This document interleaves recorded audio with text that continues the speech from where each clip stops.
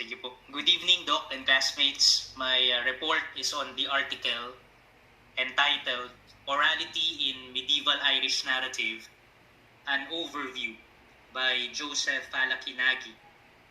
This is about Irish oral culture and tradition with a touch of Scottish and Christian variables.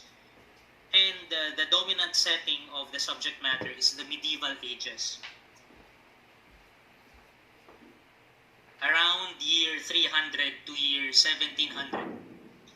The picture, just for information, the picture shows a medieval castle in Ireland, which according to sources is called Rock of Cashel. Rock of Cashel. This is located in Tipperary. Its history dates back to the 4th century, and it was chosen as a base of a conquering group of people from Wales, England. So just to have a feel of the medieval ages there. This is the outline of my report.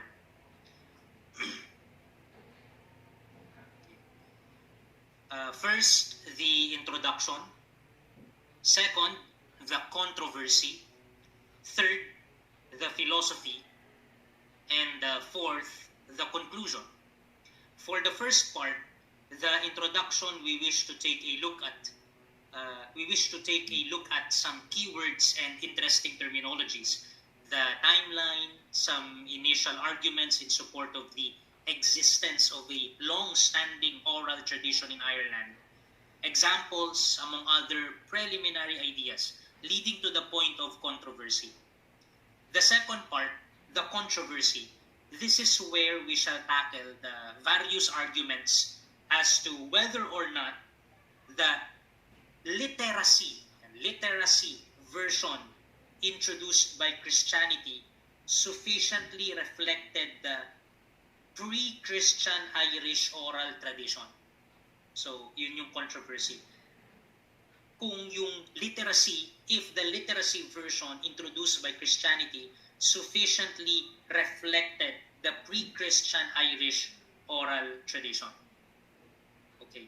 Then the third part, we wish to see the relation of the points in this article with philosophy. So, ano yung philosophical dito?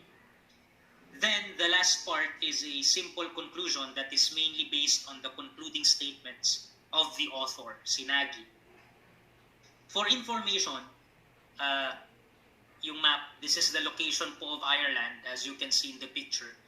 It is at the left side of the United Kingdom from the viewer's perspective. At the upper part of Western Europe, the area there on the map with a red circle or red pin, para may idea tayo. So that's Ireland. Okay. In this article, what we are looking at is the oral tradition in Ireland. Oral tradition in Ireland. That is the topic. The introductory phrase in the article is, and I would like to quote the introductory phrase, and I quote, Sir, di po ata nag-move yung slide sa part namin, nasa title pa po kami, sir eh. Ay, okay. Oo nga, nasa introduction na ako. Think di pa siya na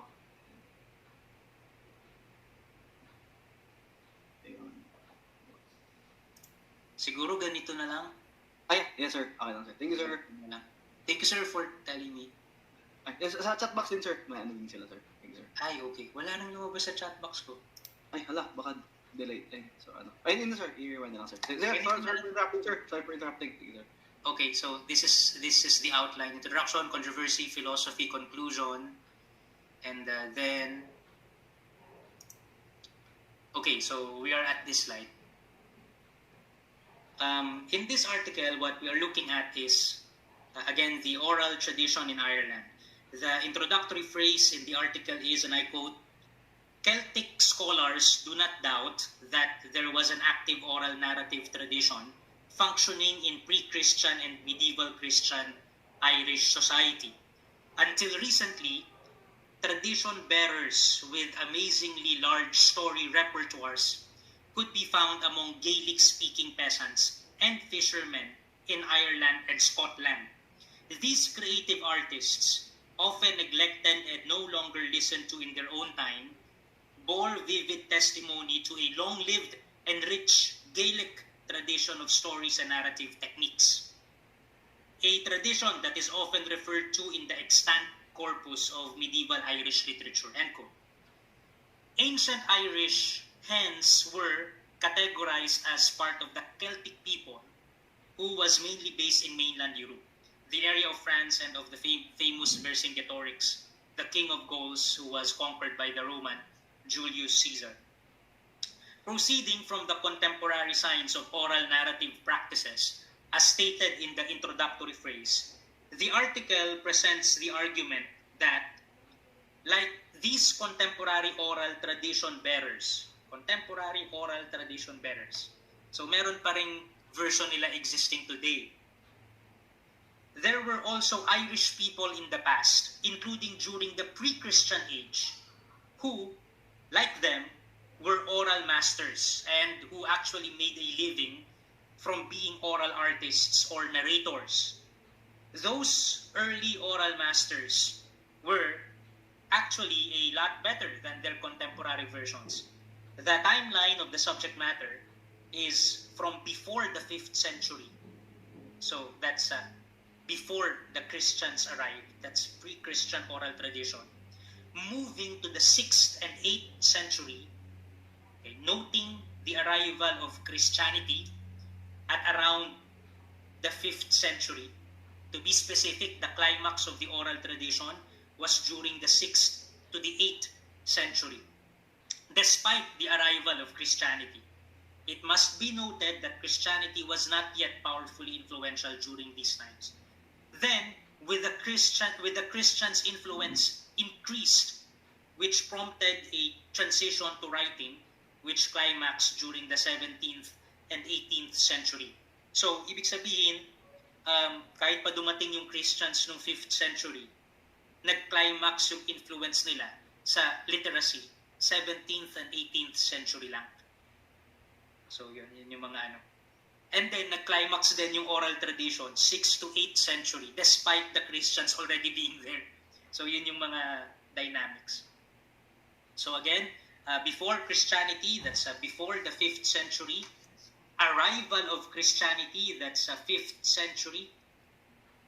Climax of oral tradition, that's 6th to 8th century.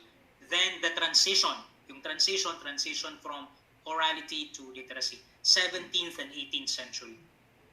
Nagy noted that the term used to refer to the contemporary oral master or storyteller, yung ngayon, yung mga speakers nila ngayon, they call them sgaili. Yan, yung nandun sa screen, sgaili. The medieval counterpart of the sgaili was the Phili, F-I-L-I, Phili. But the Phili was better and was a true professional in the context of those days. To be a Phili was to be in the so-called poetic profession. Poetic profession. They were professional poets. They were paid for what they were doing, while the contemporary sgaili, yung ngayon, hindi sila paid. The Phili was considered part of the Aisdana, tawag nila, which means people of arts. So they're part of that group called the people of arts, Aisdana, and not of the Aiserda, which means people of crafts. People of crafts. Though they also considered speaking as a skill. So yun yung mga dynamics. Let us focus on the keyword Phili. F-I-L. Yan yung keyword. The Phili. Okay. More on the Phili. I am not sure if the picture shows an illustration of a Phili. I tried searching for a picture of a Phili, but I found only this image, categorized under the subject, Education in Ancient Ireland. So maybe this is already a depiction of the Phili, as the Phili was also part of the education process of ancient and medieval Ireland. The Phili underwent training. May training sila. During his 8th year of training, ang tagal, no? 8th year of training, he is taught wisdom tokens. is taught wisdom tokens, which are the elements of language. Elements of language. Number 2, they were taught the kletchorchoem, which is a type of poem and or meter. It was a type of poem and or beat. Yan, may mga usapang beat din sila. Number 3, they were taught the Reikne Roskadak. So I'm not sure if I'm pronouncing this correctly. Mga Irish terms.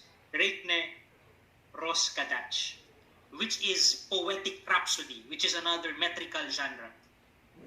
They were also taught, number 4, Laide, which is another metrical genre. So, iba't ibang beats. They were also taught, number 5, Imbas Forosnai, the Imbas Forosnai, which is referred to as great wisdom that enlightens. The great wisdom that enlightens. They were also taught, number 6, Dichetal do Chenay na Tuwaithe, which is referred to as incantation from heads of the tribe. So, pati mga incantations, they were taught that. They were also taught, number 7, Dinshenchas, which are the place name lore. So, pati yung mga pangalan ng mga lugar, probably also the famous persons during those times, kasi yung kanilang art of speaking, yung oral tradition nila, included also reportings. So they were also hired to report. So syempre, pag magre-report sila, which also became part of their tales, yung mga reports nila, they have to know the places, they have to know the castles, they have to know the people. So they were taught that also during those times. They were also taught, number 8, the Primskela, which are the prime tales. So they have that collection of prime tales. Citing from the article, the Phili, and I quote, had relied on oral transmission in pre-Christian Ireland, like the Druids of Gaul, as described in classical sources. But after the coming of Christianity and the Latin alphabet, more and more they came to articulate their learnedness in terms of literacy and book learning. End quote.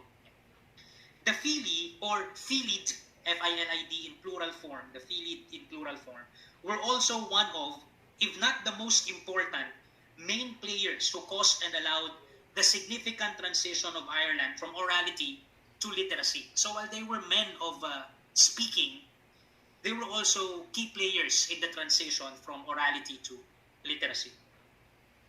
Nagy also added that the Phili were not just tellers, hindi lang sila tellers. They were also legal workers who articulated and presented and explained evidences and arguments like how it is done in lawsuits. So pati sa legal work, they were also employed.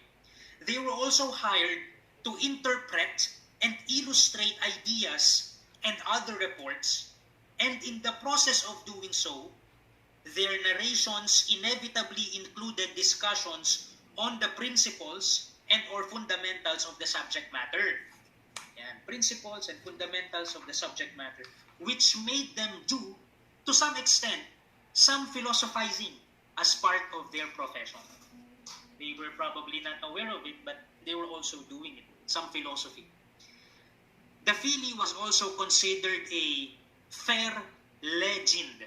Fair legend. This means man of learning or man of reading. An example of a Phili was a man called Urard MacCoise, whose skill in the oral arts allowed him to convince the king to penalize the king's own relatives and or men who raided and abused him. Yan. So, isa sa mga examples ng sikat na Phili during those times was Urard MacCoise.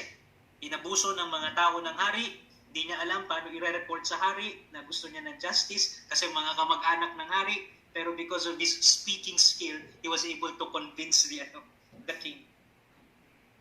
Okay.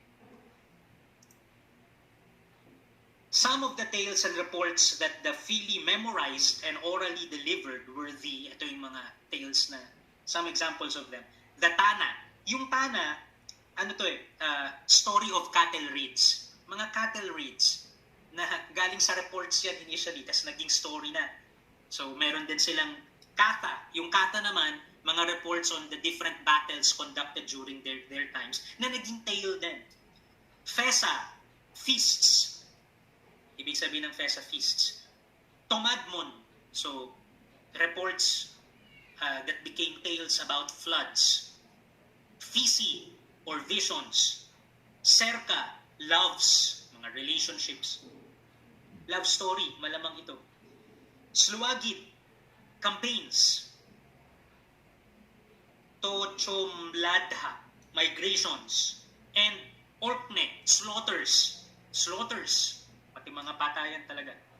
It was said that Urard, yung example Phili natin kanina, that Urard used these stories of slaughters and battles and their consequences and effects to the morale of the people, etc., to convince the king that it was wise to ensure that justice was done in the case of the experience of Urard, who was abused by the kinsmen. So yun, that's how we manipulated or used this skill in speaking to do some philosophy about it that eventually convinced the king that justice had to be done. So yun. The image is just a random picture. Kita niyo pong picture dyan. The image is just a random picture of the king listening to his subject's report, which might have resembled how it looked like when Urard was doing his Phili. Phili work to the king as he raised his case. We have seen at this point Nagi's presentations that there is evidence to say that there indeed was a long-standing oral tradition in Irish culture, even before the Christians arrived. That ancient Irish transferred knowledge, ideas, and even philosophy by word of mouth, by the art of the mouth, which was a clear indicator of intellectual prowess of the pre-Christian Irish. However, not all scholars in this area agree. Okay, here comes the controversy. Ito naman, dito papasok ang controversy. Baka may comments po and questions. Sorry kasi hindi ko nakikita yung yung main screen. So just feel free to interrupt. Okay, next slide. The controversy. Yan, the controversy. The controversy roots from the question articulated by Nagy. Okay. And I quote, "But to what extent, to what extent is this oral tradition reflected in substance and style in extant medieval Irish narrative texts?" Okay, up to what extent? To make this question simpler, my understanding is the more basic question is, okay, are the existing medieval Irish texts sufficiently reflective of the original oral versions? Are the existing medieval Irish texts sufficiently reflective of the original oral versions? So these are the sides. Ito yung dalawang side. Yes, the first side, yes, the medieval Irish texts sufficiently reflect the original oral version. And no, the medieval Irish texts do not sufficiently reflect the original oral versions. Okay, we can no longer really know the original oral versions and hence no longer really analyze how the original oral versions art.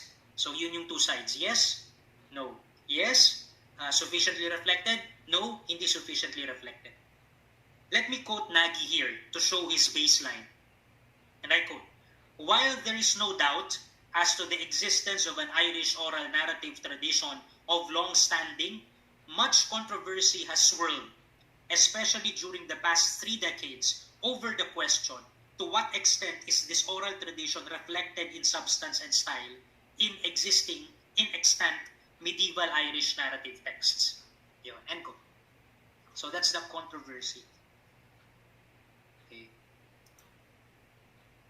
So ito yung sides. Mas marami dun sa yes na sufficiently reflected.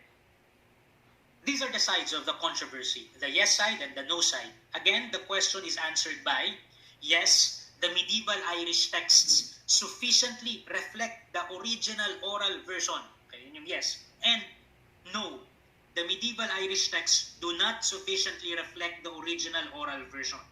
Okay, yun yung two sides. Yes and no. Yung sa no, we can no longer really know the original oral versions and hence can no longer really analyze the art of the original oral version. So, sa yes side, ito yung mga authors. Sila Poincias Macana, Rudolph Thurnason, Cecil O'Rahilly, Sean O'Coilian, Miles Dillon, Kevin O. Nolan, Daniel Melia, Gerard Murphy, Stokes. Stokes lang talaga nakalagay sa article. Martin Martin talaga nakalagay sa article. And yung sa no side, si James Carney, Eugene O. Curry, and si Alan Bruford. So, let's explore yung ideas nila. Now, let us take a look at their arguments. Dami-dami yan. Okay. For Proincias Macana, the keywords of his yes argument was the mix of orality and literacy. So, yan yung kay Proincias Macana. Yan yung keyword. Mix of orality and literacy from 500, year 500 onwards. From 500 onwards did not eliminate the original versions. They actually provided moral clarity. The mix was inevitable, as such was the evolution of language and articulation. So, meron siyang idea of evolution of language. The mix was inevitable. Talagang magkakaroon ng mix. And let's not take the mix negatively. Kasi the mix provided clarity dun sa original oral versions. So, yes, sufficiently reflected. Yun yung idea niya. The mix was inevitable, as such was the evolution of language and the evolution of articulation. But this does not mean that the original was diminished and could no longer be analyzed. Okay, so that's Proincias Macana. So meron siyang touch of the evolution of language and evolution of articulation that leads to the mix of orality and literacy. Kaya Rudolph Thurnason naman, for Rudolph Thurnason, the keywords of his yes argument was very simple. Christian influence was a window. It was some sort of a perspective. Christian influence was a window. For Thurnason, there may have been some tweaking of the original version due to different Christian outlooks that mingled with the early Irish. But still, the Christian texts allowed us to have a glimpse of the early oral traditions. His argument was more on cultural interaction as part of the nature of growing communities and societies. Despite this inevitable natural interaction between different cultures, one culture still paved the way for us to see the other. This for Thurnason was enough. So, okay pa rin sa kanya. Sufficiently reflected pa rin. It was just a matter of cultural interaction as part of the nature of growing communities and societies. Si Cecil O'Rahilly, the keywords of her yes argument were, ito medyo technical siya, doublets and stylistic embellishment. Doublets and stylistic embellishment. For her, the medieval texts about the oral traditions sufficiently reflected the original because of the inclusion of structural elements. Yan, structural elements, such as doublets and stylistic embellishments, which aimed at forcing memory. Kasi pag may pattern, pag may sistema, pag may paulit-ulit, pag may style, nafo-force yung memory. This structure and style was important because orality necessitated the forcing of memorization. And doublets and stylistic embellishments helped with that. Doublets were recognizable, repetitive explanations and citations in a narration. So, nauulit-ulit yung paliwanag, pero sinasadya yun. This showed that a principle of memory is repetition and beauty. So, yun yung sinasabi ni Cecil O'Rahilly. Importante pa rin yung literacy kasi nagkaroon tayo ng pattern, nagkaroon tayo ng sistema, memory was forced, so it enforced, actually it strengthened the oral tradition. Sufficiently reflected pa din. So for Sean O'Coilian naman, the keyword of his yes argument was complexity. Complexity.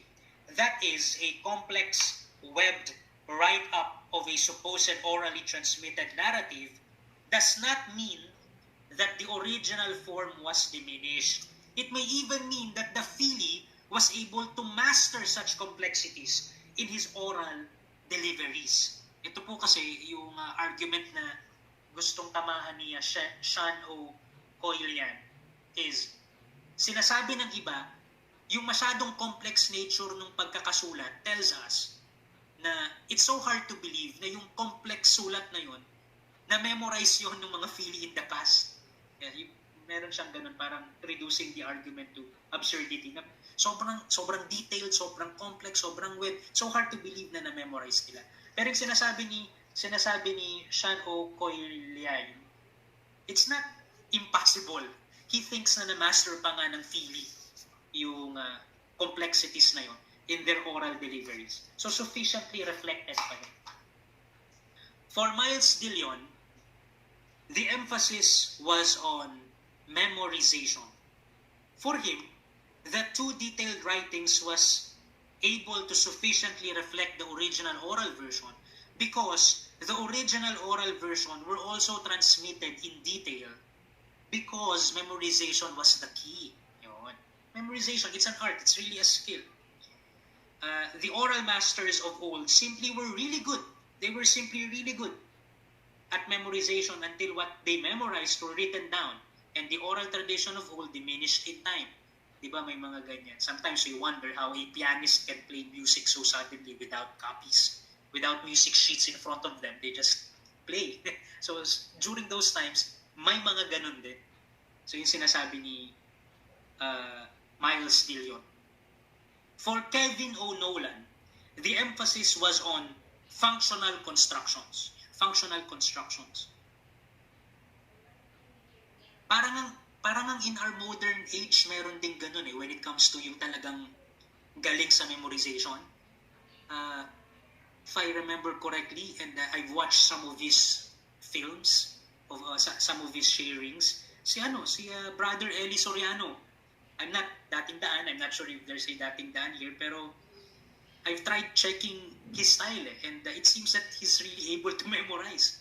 So, something na quite parang ang hirap paniwalaan, pero talagang nagagawa niya yun. Even my grandfather attended several of his lectures. On the spot yung questions talaga, and he's able to cite based on memory. So, yun yung So, kung may mga ganun ngayon, malaki rin yung chance na may mga ganun before. And probably, there were more of them before because they focus on this with training, with education. Imagine kanina sabi nga, 8 years yung training ng Philly. Sa 8th year, meron pang mas madaming pag-aaralan. So, yun ang idea. So, let's go to Kevin O. Nolan. The emphasis was on functional constructions. The key was on the structuring of words and thoughts. For him, with correct constructions, it was possible to transmit ideas and narratives from oral to oral, then to written. Hence, he accepted that the written version sufficiently reflected the original oral versions. Okay, for Daniel Melia's argument was similar with Kevin O. Nolan's, but his keyword was pattern instead of functional construction. So kay Daniel Melia naman, it's pattern. For Gerard Murphy, the idea was on collation. To him, the earlier prose tales and oral ways had lots of tweaking and inconsistency. So meron pa talagang tinatanggap niya namang may tweaking and inconsistencies. Hence, when written down, these were all collated and seemingly presented as a not so consistent version of the original. But it was actually consistent because the attempt was to provide consistency by means of sufficient collation of the various oral narratives. So, collect tayo ng iba't ibang ideas, iba't ibang narrations, tas present natin lahat and let the reader have his own conclusion. So, it was a matter of collation. Sufficient pa rin sa kanya yung reflection sa literacy ng original oral version. So, i-collate lang. Kahit iba-iba, kahit may inconsistencies, i-collate lahat. For Stokes, the keyword of his argument was, eto medyo kakaiba sa kanya, music. For him, di ba sabi kanina, beats, tinuturuan din yung mga Philly sa beats. So, may mga proper beats na minimemorize sila that helps with memory and their oral performances. So, for Stokes, the keyword of his yes argument was music. For him, music played an important role during the oral to oral transmission, then during the oral to written transmission, as it was human nature to accurately and consistently remember by heart beautiful music. I think we can relate to that, yung mga LSS natin, Sometimes, ang tagal na natin hindi ko kinakanta, pag may narinig lang tayong beat, biglang papasok sa isip natin yung kanta. I experienced that. And he was convinced that the Phili also used music during the days of orality. So this argument touched on aesthetic principles naman. So medyo nire-relate ko na rin siya sa philosophy. For Martin, the keyword of his yes argument was training. Training. May I quote Martin here when he talked about the kind of training for oral masters during the oral tradition days. And I quote, they shut their doors. This is how their training went. They shut their doors and windows for a day's time and lie on their backs with a stone upon their belly and plaids about their heads, and their eyes being covered, they pump their brains for rhetorical encomium or panegyric, and indeed they furnish such a style from the dark cell as is understood by very few. End quote. Ganun sila. Again, they shut their doors and windows for a day's time and lie on their backs with a stone upon their belly and plaids about their heads, and their eyes being covered, they pump their brains for rhetorical encomium or panegyric, and indeed they furnish such a style from the dark cell as is understood by very few. End quote. And they do it almost on a daily basis. I call this the dark cell training. Tawag ko dito, based on the reading, is the dark cell training. Such intense training allowed the written version to sufficiently reflect the sufficiently consistent orally transmitted narratives of the days of the Phili. So from one oral generation, because of that intense training, sufficiently transmitted yun to another oral generation, and then to another oral generation, until such time it reached yung literacy age. So sufficiently reflected pa rin yung original oral version. Okay, so that's on the yes side. Now, sa no side, sabi niya, no, hindi yun enough, hindi talaga, wala na yung original version. Ganun yung itong no side. Now, let us go to the no side.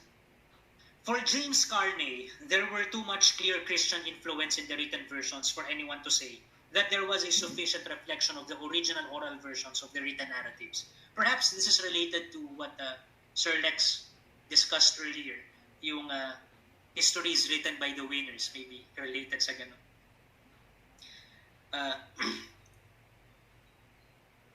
So Christian influence in the written versions. For anyone to say that there was a sufficient reflection of the original oral versions of the written narratives. Hence, it was not enough to really conclusively explore the days of the Phili. The keyword of his no argument was Christianity. Christianity blurred everything. Ganun sa kanya. He likewise noted, quote-unquote, individual touches. Biases na malamang itong tinutukoy. Individual touches in the existing medieval texts about the oral traditions of Ireland that very much blurred the original oral versions. Okay, so, and then let's go to Eugene O. Curry. Eugene O. Curry joined James Carney in his arguments.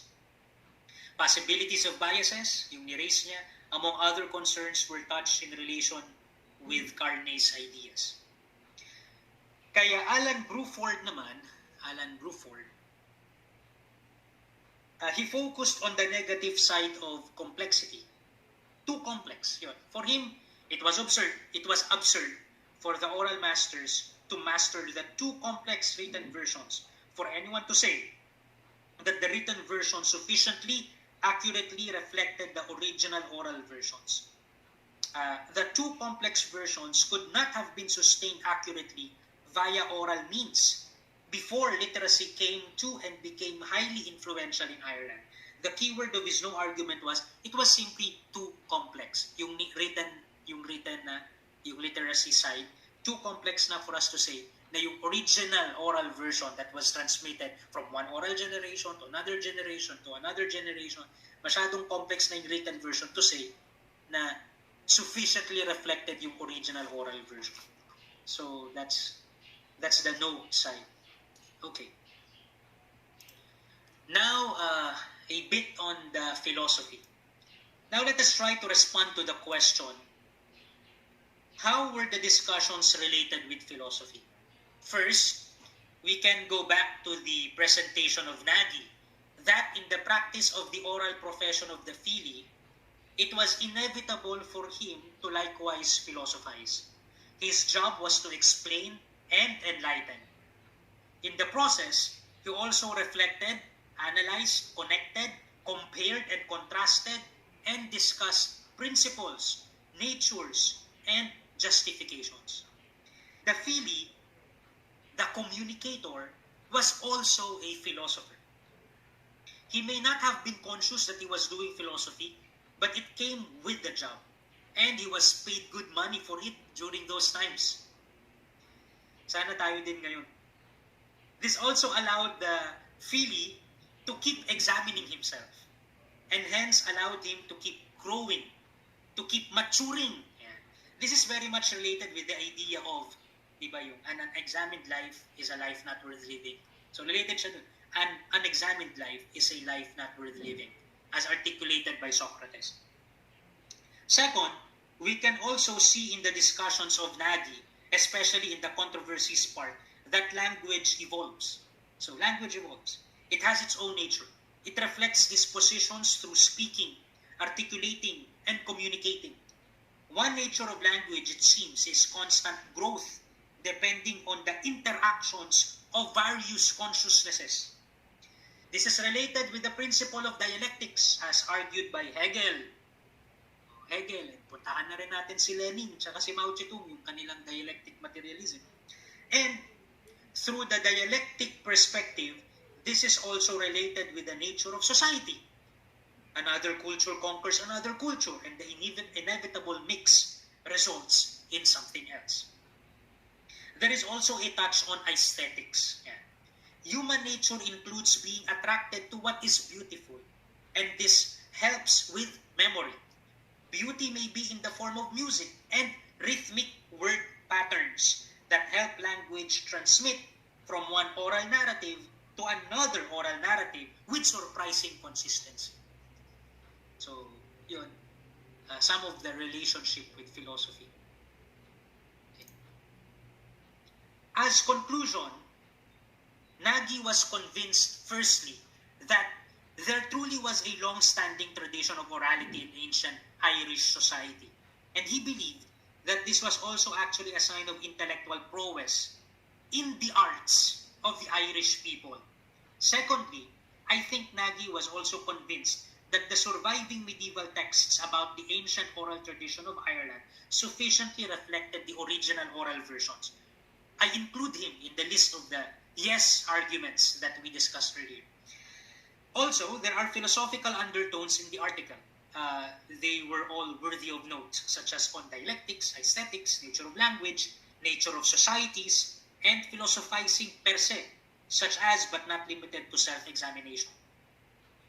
Also, as a matter of humble recommendation, I think more research on the subject matter needs to be done, particularly on the aspect of the ancient Irish and Christian influences over one another.